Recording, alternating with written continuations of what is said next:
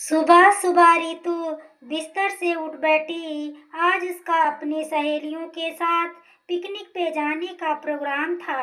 रात में उसकी सास वंदना ने छोले बनाकर फ्रिज में रख दिए थे। सुबह जल्दी उठकर वे उसके लिए पूरी बनाने वाली थी। रितु ने आंखें बंद की और ईश्वर को धन्यवाद दिया कि उसे इतना अच्छा घर मिला है। रितु की माँ नहीं थी, हालांकि पापा ने उसे माँ बाप दोनों का प्यार दिया। फिर भी उसके मन में माँ के ममत्व की चाह सदैव बनी रही। शादी के बाद उसकी चाह पूरी हो गई। रितु ने किचन में जाकर 2 कप चाय बनाई। मम्मी उठिए, मुझे देर हो जाएगी। ज्यों ही उसने स्नेह से मम्मी की बाह पर हाथ रखा तो कांप गई। मम्मी का बदन तेज बुखार में तप रहा था।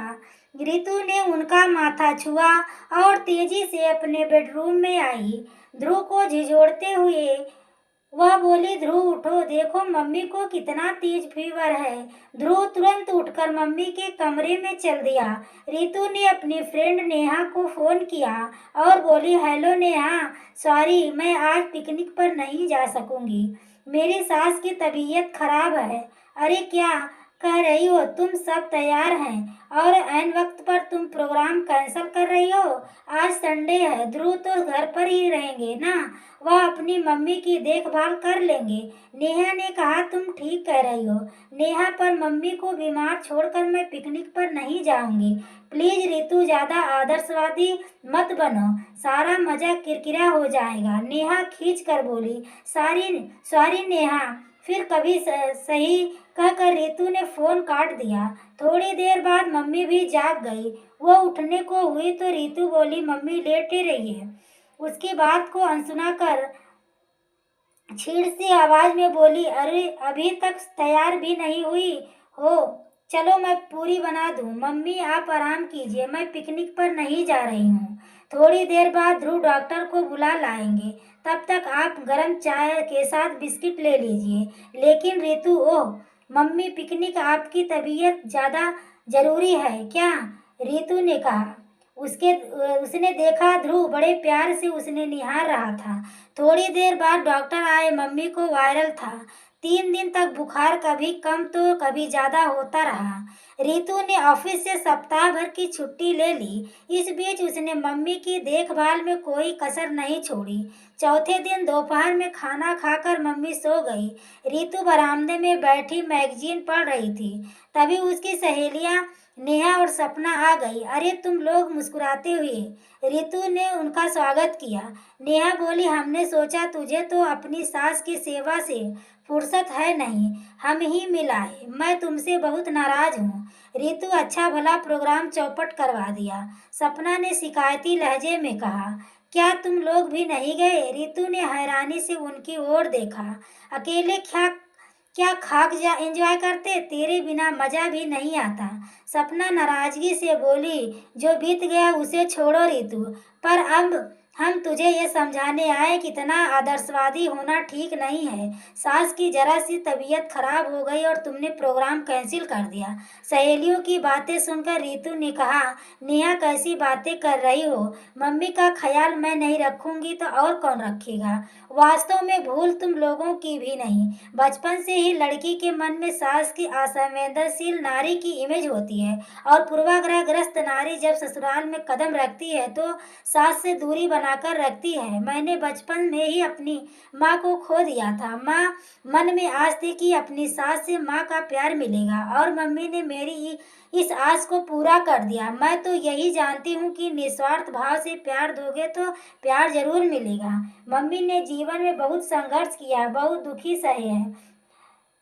तुम लोग कभी उनकी डायरी पढ़ो तो तुम्हें एहसास होगा। मम्मी डायरी लिखती हैं, हमें भी दिखाओ, सपना ने कहा। रितु कमरे में से एक डायरी उठा लाई और अपनी सहेलियों को देते हुए बोली, तुम लोग डायरी पढ़ो, तब तक मैं बढ़िया सा नाश्ता बनाती हूँ। नेहा और सपना मम्मी की जीवन गाथा पढ़ने बैठ गई।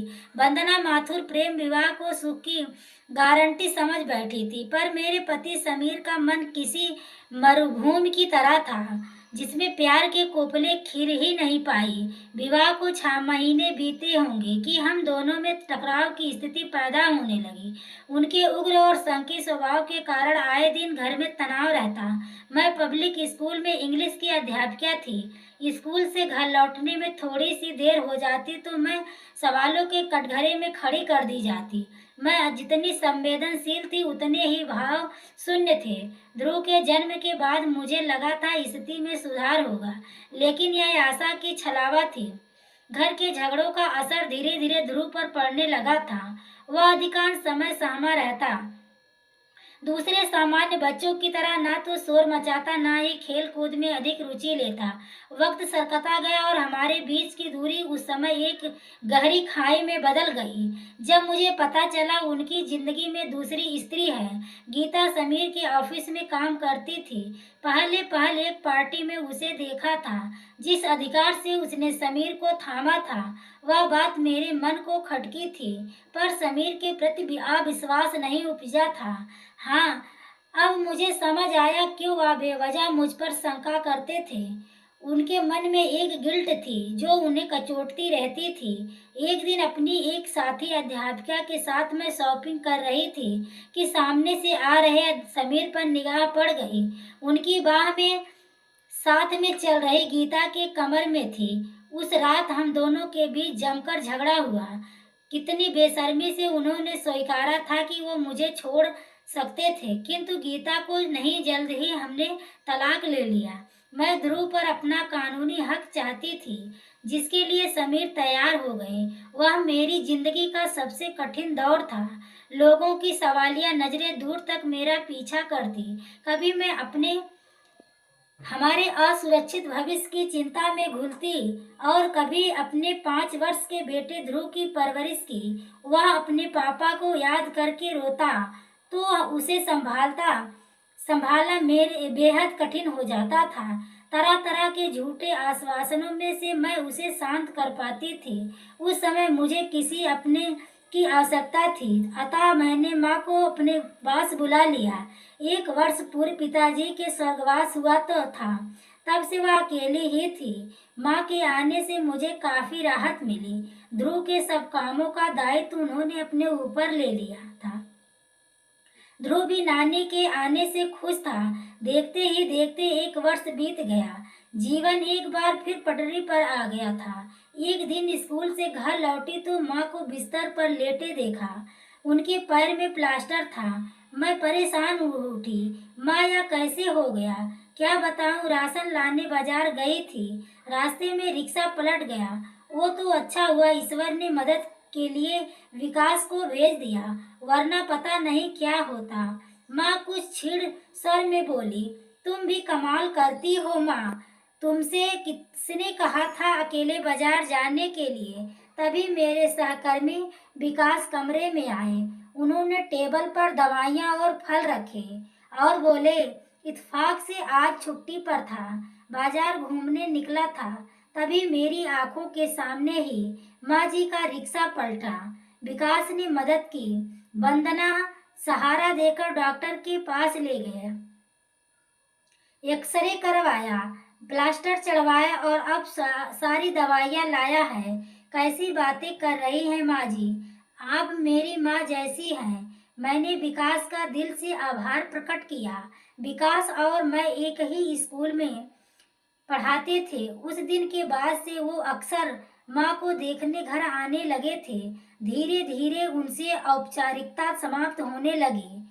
माँ भी काफी खुल गई थी। विकास जब भी आते घर का वातावरण खुश गवार हो उठा था। धीरे धीरे आत्मीयता बढ़ रही थी। बातें करते करते विकास का यकाएक खामोश हो जाना और मेरी ओर खोई खोई सी दृष्टि से देखना मुझे कहीं भीतर से तक छू जाता था। उन नजरों का मतलब समझकर भी मैं समझना नहीं चाहती थी। एक दिन माँ ध्रुव को पार्क में घुमाने ले गई थी। एकांत के उन क्षणों में विकास ने मेरे समक्ष विवाह का प्रस्ताव रखा। मैं हैरत में पड़ गई थी। सोच समझकर संयत स्वर में जवाब दिया था, दूसरे विवाह के बारे में तो मैंने कभी सोचा ही नहीं। यूं ही भी आप अविवाहित हैं और मैं एक बेटे की माँ। ऐसा कैसे संभव है? अविवाहित हूँ तो क्या हुआ? तुमसे 4 वर्ष बड़ा भी तो है हूँ। मुझे कोई जल्दी नहीं है। तुम अच्छी तरह सोच लो, फिर जवाब देना। रात में मैंने माँ को बताया। वह उत्साहित हो उठी। वंदना, सच कहूँ मेरे दिल में भी कई बार यह ख्याल आया, पर तुम्हारी नाराजगी के डर से चुप रही। विकास शक्ल सूरत में साधारण है, तो क्या स्वभाव से हंसमुख है और हर तरह से तुम्हारे योग्य है। कैसी बातें कर रही हो माँ? मैं एक बेटे की माँ हूँ। माँ के साथ साथ तुम एक स्त्री भी हो। यह मत भूलो। पहाड़ सी जिंदगी अकेले कैसे काटोगी? कुछ ही वर्षों में ध्रुव बड़ा हो जाएगा, उसकी अपनी दुनिया होगी। तब तुम अकेली पड़ जाओगी। उस समय तुम्हें अपने निर्णय पर पछतावा होगा। विवाह के बाद ध्रुव तुम्हारे पास ही रहेगा, दूर थोड़े ही चले जाएगा। बहुत देर तक माँ मुझे समझाती रही थी। माँ तो सो गई, किंतु मेरे मन में विचारों का तूफान उठने लगा। सच ही तो कहती हैं माँ, समीर ने दूसरा विवाह कर लिया। जिंदगी की सभी खुशियाँ उसे हासिल है और मेरे हिस्से में आया बेबसी, घुटन और ध्रुव को पालने का कर्तव्य। मेरी आत्म अंतरात्मा ने मुझे धिक्कारा। यह कर्तव्य भी तो मैंने स्वेच्छा से ही हासिल किया है। यदि समीर ध्रुव को अपने साथ ले जाते तो इस कल्पना से मेरा हृदय तड़प उठा और मेरे पास लेटे ध्रुव को कसकर खुद से सटा लिया। मैं तो जी ही नहीं पाती उसके बगैर। विकास हर तीसरे चौथे दिन घर आते थे, लेकिन मैं रोज ही उनकी प्रतीक्षा करती थी। मेरी स्वीकृति पाकर विकास उच्छ्वासित हो उठे। मेरा मन फिर से सुखमय भविष्य के सपने बुनने लगा। इन पलों के बीच मैं भूल ही गई थी कि ध्रुव उपेक्षित हो रहा था। कहाँ तो वो अपनी क्लास में सब हमेशा अव्वल आता था और कहाँ अब उसके दो दो विषयों में लाल निशान थे। होमवर्क भी अक्सर पूरा नहीं होता था। उसमें असुरक्षा की भावना भर रही थी। वह चिड़चिड़ा होता जा रहा था। नए बन रहे संबंधों की उष्णता ने मेरी दृष्टि को धुंधला कर दिया था। एक दिन विकास के साथ बाहर घूमने का प्रोग्राम तैयार था। मैं तैयार हो रही थी, तभी रुआसा सा ध्रुव मेरे पास आया। आंखों में उमड़ आए आंसुओं को पीते हुए बोला, मम्मी, मैं भी तुम्हारे साथ चलूंगा। मैं काम से जा रही हूँ बेटे। तुम्हारे लिए ढेर सारी चॉकलेट लाऊंगी। तुम तब तक नानी के पास बैठकर पढ़ो। नहीं पढ़ना मुझे, और चॉकलेट भी नहीं चाहिए। मैं बस तुम्हारे साथ चलूंगा। मम्मी गुस्से के आवेग में वह पैर पटक कर चिल्लाया। फिर ना जाने क्या हुआ, मेरा पल्लू पकड़कर फूट फूट कर रो पड़ा। मैं कर्तव्य विमूढ़ सी खड़ी रह गई। उसका इस तरह का व्यवहार मेरे लिए अप्रत्याशित था। मैंने प्यार से उसके बालों पर हाथ फिराया, बोली, अच्छा रोना बंद करो और तैयार हो जाओ। मुझे लगा ध्रुव को साथ ले जाना अच्छा रहेगा। धीरे धीरे वह विकास के साथ सहज महसूस करने लगेगा, किंतु जैसा सोचा वैसा कुछ भी ना हुआ। विकास चुप्पी साधे बैठे रहे। रेस्तरां में कॉफी पीने बैठे तो मैंने टोका, इतना खामोश रहना था तो आए ही क्यों थे? वह कुछ क्षण मुझे देखते रहे, बोले, अब तुम ही बताओ, इसके सामने क्या बोलूं? इसे साथ लाने की क्या आवश्यकता? सुनकर मेरे मन को ठेस लगी। वह चाहते तो उस दिन उसके और अपने बीच की दूरी को कुछ कम कर सकते थे। कई बार उनसे कह चुकी थी, उनका ध्रुव के साथ घुलना मिलना जरूरी था। तभी वह उन्हें पिता के रूप में स्वीकार करेगा। उसके अगले रविवार को विकास आए और बोले, वंदना जल्दी से तैयार हो जाओ, तब तक मैं ध्रुव को घुमा लाता हूँ, अन्यथा यह भी हमारे पीछे लगेगा। विकास के आखिरी शब्द मेरे हृदय को बेध गए। जबरन ठेल कर ही भेजा था मैंने ध्रुव को, वह तो जाना नहीं चाहता था। रात में विकास के साथ खाना खाकर लौटी तो माँ ने बताया कि ध्रुव जब से लौटा है ना तो कुछ भी बात कर रहा है और ना ही खाना खाया। मैंने सोचा मेरे अकेले बाहर चले जाने की वजह से मुझसे नाराज होगा, इसलिए उसे मनाने के लिए मैं उसके पास लेटी, लेकिन वह उठ गया और माँ के पास जाकर लेट गया। कोई और समय होता तो मैं उसे मनाकर ही दम लेती, किंतु उस दिन मैं ऐसा कुछ भी ना कर पाई।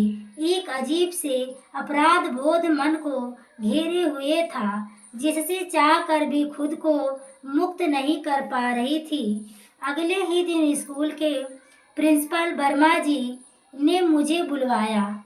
मेरे पहुंचते ही उन्होंने प्रश्न दाग दिया, आजकल ध्रुव को क्या होता जा रहा है वंदना? उसे क्या हुआ है? सर कुछ भी तो नहीं। वर्मा जी गौर से मुझे देखते हुए बोले, दो दो विषयों में फेल है वो, और तुम कह रही हो कुछ भी नहीं हुआ है। स्कूल के सबसे मेधावी छात्रों में उसका नाम गिना जाता था। उसका व्यवहार भी असामान्य होता जा रहा है। उसकी क्लास टीचर का कहना है, क्लास में या तो गुमसुम रहता है या बेवजह साथियों से झगड़ा करने लगता है। मुझे लगता है उसके मन में कोई बात है, वह खुलकर नहीं कह पा रहा है। कोई गांठ है जो बड़ी होती जा रही है। देखो बेटी, मैं यह बात एक प्रिंसिपल की हैसियत से नहीं वरन एक बुजुर्ग की हैसियत से कह रहा हूँ। वो बच्चे स्वयं को अधूरा और असुरक्षित महसूस करते हैं, जिन्हें जीवन में माँ और पिता दोनों का प्यार नसीब नहीं होता। ध्रुव के सिर पर भी उसके पिता का हाथ नहीं है। ऐसे में तुम्हारा दायित्व दोगुना हो जाता है। तुम्हें उसके मन को समझना होगा। वंदना, बच्चों को पालना, पढ़ा लिखा कर अच्छा इंसान बनाना एक तपस्या है, जिसमें अपनी बहुत सी इच्छाओं की आहुति देनी पड़ती है, तभी तपस्या फलित होती है। वर्मा जी ने मेरे सोए हुए विवेक को जगा दिया। स्कूल में सारा दिन मैं बेचैन रही। शाम को मैंने उसे नए कपड़े पहनाकर तैयार किया तो वो बोला, मम्मी हम घूमने जा रहे हैं। हाँ बेटा, क्या अंकल के साथ? उसने शंकित होकर पूछा। नहीं, बस मैं, तुम और नानी। ठीक है ना? वह कुछ आश्वस्त हुआ। पार्लर में आइसक्रीम खाकर और कैरम बोर्ड खरीदकर हम घर लौटे। रात में उसके पास लेटी तो उसे खुश देकर पूछ बैठी, अच्छा ध्रुव, उस दिन तुम विकास अंकल के साथ घूमने गए थे, तब तुम दोनों ने क्या क्या खाया था? ध्रुव के चेहरे का रंग उड़ गया। मैंने फिर कुरेदा, बेटा विकास अंकल तुम्हें कैसे लगते हैं? मेरा हाथ झटक ध्रुव खड़ा हो गया। उसकी आंखों में गुस्सा और आंसू दोनों झलक रहे थे। वो बोला, मम्मी, विकास अंकल कह रहे थे तुम उनसे शादी कर रही हो, मगर मम्मी, मैं हॉस्टल बिल्कुल नहीं जाऊंगा। हॉस्टल तुमसे किसने कहा तुम हॉस्टल में रहोगे? इस नई बात ने मुझे अचंभित कर दिया। अंकल ने उस दिन कहा था कि हॉस्टल में बहुत अच्छी जगह होती है, हम तुम्हें वहीं रखेंगे। पापा तो छोड़कर चले गए। अब तुम भी चली जाओ, मगर मैं कहीं नहीं जाऊंगा, यही रहूंगा नानी के पास।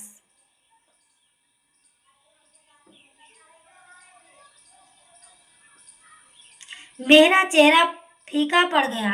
अगले दिन विकास आए तो मैं उत्तेजित होकर बोली, तुमने ध्रुव से कहा था कि उसे हॉस्टल में रहना होगा? मैं सोच भी नहीं सकती थी तुम मेरे बच्चे को दूर करने की सोच रहे हो। जानते हो ध्रुव इन दिनों स्वयं को कितना असुरक्षित महसूस करने लगा है। कहते कहते मेरी आंखों में आंसू आ गए। विकास ने एक गहरी दृष्टि मुझ पर डाली, शांत स्वर में बोले, उत्तेजित मत हो वंदना, ठंडे दिमाग से सोचो। विवाह के शुरुआत दिनों में पति पत्नी के बीच कोई तीसरा हो तो कभी उनमें अच्छी अंडरस्टैंडिंग नहीं हो सकती। ध्रुव साथ रहेगा, तुम्हारा ध्यान बटा रहेगा, तुम उसमें और मुझ में सामंजस्य बैठाने में लगी रहोगी। इस प्रयास में हमारा रिश्ता प्रभावित होगा, जो मैं सहन नहीं कर सकता। तो तुम क्या चाहती हो? अपनी ममता को तुम्हारी उमंगों पर कुर्बान कर दूं? मैं इतनी स्वार्थी नहीं कि अपने सुख के लिए अपने बच्चे को अपने से दूर कर दूं। मेरी बातों से विकास का मूड उखड़ चुका था। गुस्से में तो वो बोले, तुम्हें अपने लिए पति की नहीं बल्कि अपने बच्चे के लिए पिता की आवश्यकता है। मेरा पति भी वही इंसान बन सकता है जो मेरे बेटे को बाप का प्यार दे सके। उसे घर से दूर करने की ना सोचे। पहले ही तुम्हारे मनोभावों का पता चल जाता तो मैं कभी भी इस राह पर आगे ना बढ़ती। विकास उठकर चले गए। तब मैंने देखा दरवाजे की आड़ में ध्रुव खड़ा था। उसने अपने सीने से लगा फूट फूट कर रो पड़ी, मम्मी मैं तुम्हारा बहुत ख्याल रखूंगा, हमेशा कहना मानूंगा। रूधी सी आवाज में कहे उसके शब्दों ने मेरी आत्मा तक को झकझोर दिया। माँ मेरे नजदीक आ बैठी, उनके कंधे पर सिर रख मैं बोली, तुम बताओ माँ, समीर तो छोड़कर चला ही गया, अब क्या अपनी ममता से भी उसे महरूम कर दूं? नहीं वंदना, तुमने बिल्कुल ठीक किया। ऐसा पसाड़ हृदय व्यक्ति तुम्हें भी खुश नहीं रख सकता था। इसके बाद मैंने अपने जीवन की पुस्तक से विकास का अध्याय निकाल फेंका। भविष्य में फिर कभी भी भटकाव की स्थिति पैदा नहीं हुई। अब जीवन में एक ही उद्देश्य था, ध्रुव को उच्च शिक्षा दिलाकर एक अच्छा इंसान बनाना। समय आगे बढ़ता रहा और अपनी मेहनत और लगन से एक दिन वह भी दिन आया जब ध्रुव सॉफ्टवेयर इंजीनियर बन गया। उसे एक प्रसिद्ध बहुराष्ट्रीय कंपनी में नौकरी मिल गई थी। रितु ध्रुव के साथ उसी कंपनी में नौकरी करती थी। मुझे पता चला वे दोनों एक दूसरे को चाहते हैं तो मैंने उन्हें प्रणय बंधन में बांधने में विलंब नहीं किया। चाँद सी सुंदर बहू घर में आ गई थी। आज सुबह मैंने सुना ध्रुव रितु से कह रहा था, मैं 5 वर्ष का था जब पापा हमें छोड़कर चले गए। मम्मी ने सारा जीवन संघर्ष किया है। रितु, आज मैं जो कुछ भी हूँ उन्हीं की तपस्या का प्रतिफल हूँ। यदि तुम वास्तव में मुझे प्यार करती हो तो मुझे एक वचन दो, मम्मी का सदैव ख्याल रखोगी, उन्हें कभी अकेलेपन की त्रासदी ना झेलनी पड़े। हर्ष तरीक में मेरी आंखों से आंसू बह निकले। आज मेरी तपस्या फलित हो गई। डायरी समाप्त हो चुकी थी। नेहा अपन सपना और निधि खामोश बैठी अपने विचारों में तल्लीन थी। तभी नाश्ता लिए रितु कमरे में आई। क्या तुम दोनों ने डायरी पढ़ ली? नेहा बोली, हाँ रितु, तुमने सच ही कहा था। अब अपने पूर्वाग्रह के पैमाने से हम रिश्तों को मापने लगते हैं। अब हमें एहसास हो रहा है कि रिश्तों के प्रति हमारा नजरिया कितना संकुचित था। वास्तव में तुम्हारी मम्मी, अगर उनकी तपस्या पूजनीय है। रितु का चेहरा सहेलियों की बातें सुनकर खुशी से खिल उठा। उसे लगा अगर प्रत्येक इंसान इसी तरह से अपने दृष्टिकोण को बदलकर रिश्तों को आत्मीयता से अपना ले तो जीवन कितना आनंदपूर्ण और सहज हो जाएगा। कहानी आपको कैसी लगी? अच्छी लगी हो तो कमेंट करना ना भूलें। कहानी पसंद आई हो तो प्लीज़ वीडियो को लाइक एवं शेयर करें। चैनल पर पहली बार आए हो तो चैनल को सब्सक्राइब करें। आगे के नोटिफिकेशन के लिए बेल आइकन को ज़रूर प्रेस करें। पूरी वीडियो देखने के लिए आपको तहे दिल से धन्यवाद। दोस्तों, आपका एक लाइक अब मेरा बहुत सपोर्ट होगा। प्लीज़ आप लाइक और सब्सक्राइब ज़रूर कर लीजिए।